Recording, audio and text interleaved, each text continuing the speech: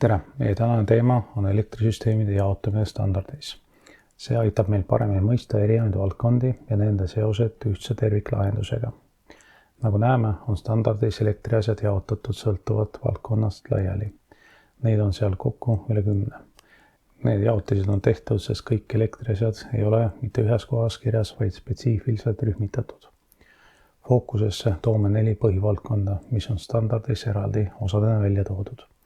Need on hoone välisvalgustus, elektrivarustuse välivõrk, hoonevalgustus ning hoone tugevvoolupaigaldis.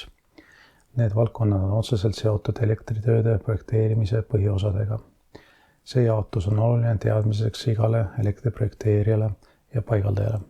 See aitab tagada, et iga süsteemi osa planeerimine ja teostus on vastavalt kehtiva standarditega ning tagab süsteemi toimimise ja ohutuse. Lisaks otsese elektritöödega seotud põhivaldkondade on olemas ka mitmed teised valdkonnad, mis on elektriga tihedalt põimunud ja vajavad elektriprojekti raames koordineerimist.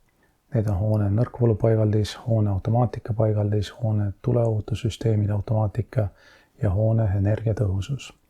Kuigi need ei pruugi olla otseselt tugevvoolu osa, on nende toimimine ja projekteerimine elektrisüsteemis sõltuv. Näiteks hoone automaatika ja tuleohutussüsteemid vajavad toimimiseks elektrivarustust ja integreerimist hoone üldisesse elektrisüsteemiga.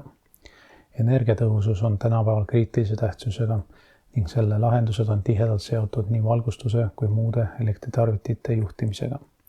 Seega tuleb nende valdkondade projekteerimisel ja teostamisel teha tihedalt koostööd, et kõik süsteemid tervikuna laitmatult toimiksid. Elektriprojekti juures ei saa neid teemades üle ega ümber, kuna need mõjutavad kogu hoone funktsionaalsust ja ohutust. Kõik need valdkonnad kokku viivad meid tervikliku projekteerimise juurde. See tähendab, et hoonet ja selle süsteeme tuleb vaadelda ühtse lahendusena. Oluline on leida optimaalne tasakaal ruumi ja seadmete ja juurdepääsu vahel. Esiteks tuleb tagada optimaalsed kilpide ja seadmete asukohad, arvestades kõiki tarbijate ja toiteliine. Teiseks on oluline piisav ruum ja juurdepääs seadmete hoolduseks. Praktikas näeme probleeme, kui väikestesse tehniliste ruumidesse üritatakse paigatada liiga palju seadmeid, mis takistavad normaalset juurdepääsu elektrikilpidele ja tekitab riske. Kolmandaks tuleb arvestada keskkonnatingimustega, nagu temperatuur ja niiskus. Näiteks peakilbi paigaldame sooja sõlme, kus on vee pihkumise risk ja kõrge temperatuur esitab kilbile lisanõudeid. Samuti tuleb vältida süsteemi vastutlik mõju. Suured seadmed nagu sagedusmoondurid ja kompensaatorid eraldavad palju soojust.